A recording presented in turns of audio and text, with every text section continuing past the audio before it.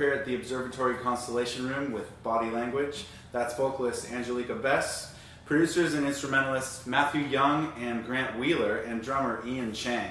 Welcome to We Found New Music. Thank you. Yeah, It's good to be here. So how does it feel to be Sam Smith's favorite band? Of the day, of the hour. Of the year, hopefully. Yeah, he hasn't posted too many other bands, I don't think. So it was quite an honor. We were surprised. We were like really tired. We woke up on like Friday morning. 3 hours sleep. Yeah, 3 hours sleep, and we were like really haggard. And then like On the road. we're in the car, and we're just like, holy shit. I couldn't tell if a friend of mine had messaged me the screenshot of his Instagram, because he's like a big Sam Smith fan. Sure. And it was like super early. He was like, "Ange, you gotta check this out." And it was like, what? I was So the track was for Well Absolutely, which is Yeah. off of your full-length Grammar. And he said, I advise you all to dance around naked in your rooms to this song. It's the one. So, it's the one, you guys. Yeah, I think, I guess that unless he's a liar, Sam Smith, that must mean that he's danced around naked to that song. I imagine him dancing. He did it the night and before. I can imagine that. Yeah. He- Oh yeah, singing it amazingly. Singing it amazingly. singing it Now somebody so needs to well. capture the video. We from were- doing Yeah. that. Just like Yeah. the most beautiful falsetto, like just Yeah, he's gonna do it. killing it. So that was on your full-length, your most recent full-length, which was Grammar. And that was 2013. So talk about your growth and change from that full-length to your current singles, which are Really Love and Reset, which were released on vinyl through B3 Sci. Well, you know, it was a big transformation from Grammar, and that Grammar was a new disco experimental pop record, and Really Love and Reset touch on some different influences such as bass and even kind of jungle and drum and bass for Really Love, but you know, while intertwining the R&B sort of thing that's, you know, the common thread through a lot of these songs. But it was something that we put together because we wanted to be able to spin our music in DJ sets. And it's stuff that we wanted to, if we were spinning DJ sets, like that we would want to include. Yeah. And I don't know. And also, I think like Matt has another project called Seafloor that he was sort of developing in between the two releases, kind of. Yeah. I would say, right? Yeah, kind of. Yeah, and I like from my point of view at least, it feels like that influence, like the Definitely. way Body Language is Yeah, going. C4 originally Really Love was going to be a C4 song, and then I played it for Grant, and he was like, Nope. That's gonna be Body Language. Well, you know, it was a little coercive. I was like, well, we should just play this live. Let's just try it out live. We've got to see how it feels. And we took it out with us when we went on tour with Hood Internet. About halfway through the tour, we gave it a shot, and people just lost their Freaked minds. out. We were just like, whoa, okay, well, let's finish this song and see what we can do with it. It's a bit of a departure, but I think always have to kind of be keeping people on their toes. Yeah. You know, I mean, there's a really fine line in between just doing the same record over and over again, and you know, trying to kind of ride the wave, trying to get something new out, you know, without alienating people too. So that's what we're trying to do. You know, it's really difficult because sometimes you can go too far in one direction, and you don't. Like the people who dig your old stuff are like, oh, I don't understand this. So. Well, perhaps the follow-up single is a little bit closer to your style, but also is it kind of part two of this story? Is this a part one, part two story kind of? Or it's between the two songs. With the two songs, kind of maybe kind of an aggression and anger. Is this Really Love? And then the nostalgia of starting over, hitting the reset button. I've seen that written about a little bit. She can touch on, I guess, some of the words behind, you know, some of the lyrics and stuff like that. Yeah, I mean, it was just kind of written on the whim, you know, bad friend that was just kind of losing his mind, and you know, he had sent the track to me, so it just kind of like worked out that way. But that was like a really good like comparison of the two. Like I didn't even really think of it that Sure. way. They were But both you're written referring to simultaneously. Reset, though. Yeah, Reset. Reset.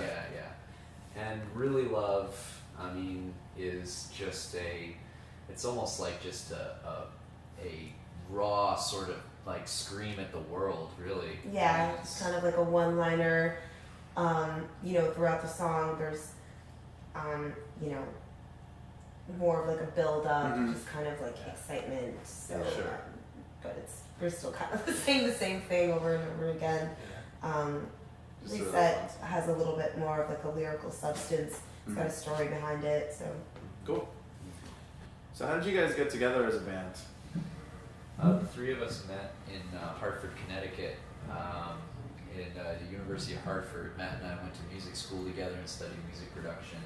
Ange just went to just got like my BA in psych. We became friends, and they were all moving to New York, and I was like, I'm coming too. And we kind of just started out as a trio, just kind of getting our bearings, like being like, you know, first time like freshmen in New York. And we used to be the backing band for Theophilus London. Okay. And That's- Ian, That's where we met Ian. that's when we met Ian. He was the drummer. Yeah. Nice. And so we had him join us, like, you know, just a few months after we kind of really started rolling with the band in general, and incorporated him into the live set, and that's where we came from. And a couple of you worked on Passion Pit's second album, Manners, Yeah, Matt and I worked together. which is kind of a cool side with project. Yeah, that was interesting. Michael lived with us for a month, and we worked on. We set out the goal to actually write a whole record in a month, which was a little bit of a foolhardy sort of goal. But Yeah, especially in such like a collaborative thing. oh sure, it was Yeah, it was very collaborative. Yeah. and yeah, we put together 10 songs, and like 2 or 3 of them were on Manners, Mhm. and by the time Columbia got involved with the actual record itself, Christine finished the record, and did all those things, but we planted a couple seeds that grew into some really cool tracks. Mothlight was one of them. Moth swings. Moth swings. Yeah. Mothswings, yeah. Yeah. Any more cool side projects you're working on? Well, yeah, we're doing the Vacationer record. Oh, nice. Yeah, we've kind of started that project from the ground up with Kenny, and so LP3 is underway. Is that all of you, or is that just Matthew? Matt and and- Grant. Yeah. They're And sort of like Grant. a production team. You can Right. think of it that way. So That's what I thought. yeah. Cool. And then Ange is singing doing some tracks with Machine Drum. Cool. Is that like gonna have its own name, or is that Machine Drum's name? I mean, it's kind of like in the works right now. We just only have a couple songs. Right. Just writing with Chrome Sparks. Chrome Sparks. Also, Great. and Matt has Seafloor, this other side project. And then I'm in Sunlux and this other band, Landlady. So we all like kind of do Yeah. different things. You're all very busy. Yeah. Yeah, you got it. So, how do you translate your sound live? You have a very unique live setup, which we just saw on our live takes of your tracks. How do you focus on presenting this sound live? Just like it's hard to really know. Like we listen to the song and then we kind of like strip it down when we like decide if we want to like record it live. Mm-hmm. It's just Yeah, I think We've we've made- evolved it like. Oh, you can I was gonna say we try to make it as simple as possible, you know. Yeah. Yeah. Before, Like try to yeah. make it work with the least amount of elements. So a lot of times live, like, Strip it down. Yeah. I mean, just because like the nature of performance, like, and like the rooms that you're in, the sound systems you're in, like the acoustics of the room, like there's too much stuff going on. You know, it's like the song kind of gets lost. Right. Yeah. So we try to really pare it down and make it really simple. And, Yeah, it's funny to see actually, like, we perform songs that we've been doing since we started, and then newer ones, and like as the songs become newer, they get simpler and simpler. Yeah. And like The arrangements are like clearer. yeah, clearer, and there's we do use backing tracks, and there's less and less in the backing tracks as we go along, and all those sort of things. Yeah, and he like covers like pretty much all the bass and pretty much like all of the sounds and Yeah, we kind of divvy out those. yeah. Well, it's a great live translation of your sounds. Yeah. So if anybody It's watching fun, hasn't yeah. had a chance to see you live, it translates really well. So it's very cool, and you guys all seem to have a part that you showcase throughout the show. Yeah, it's fun Something to because focus on. it's fun because like with music that's like electronically derived, I guess you can say, for the most part, is to play it live. It's not like as obvious. Like there's no like default environment. Like obviously, if you're a rock band, you can still do really creative things with like your arrangements. Like there's like any number of things you can do. But like if you're in a rock band, a lot of times it's just like, well, it's just like bass, drums, guitar, like keys or whatever. Yeah. But like with this music, it's like we kind of like disregard the whole live element altogether when we're making it. Like it's done, and then or like close to done, and then we're like, It's okay, well, like, translated. how do we like let's like kind of backtrack and figure out like an environment like that will work for it live. Sure. Cool. Well, we can't wait to see you guys live here tonight at the Observatory. Thank you guys so much for joining me on We Found New Music. What's next for you guys? Headed to San Diego. Yeah. Yeah, we're gonna wrap up this little West Coast run. Sadly. Oh yeah, I know. It Oh, we're was going back to the cold. it was short and sweet. Flying back to New York, but we're gonna finish working on hopefully finish Body Language record. Great. That is very much in the works. Yeah.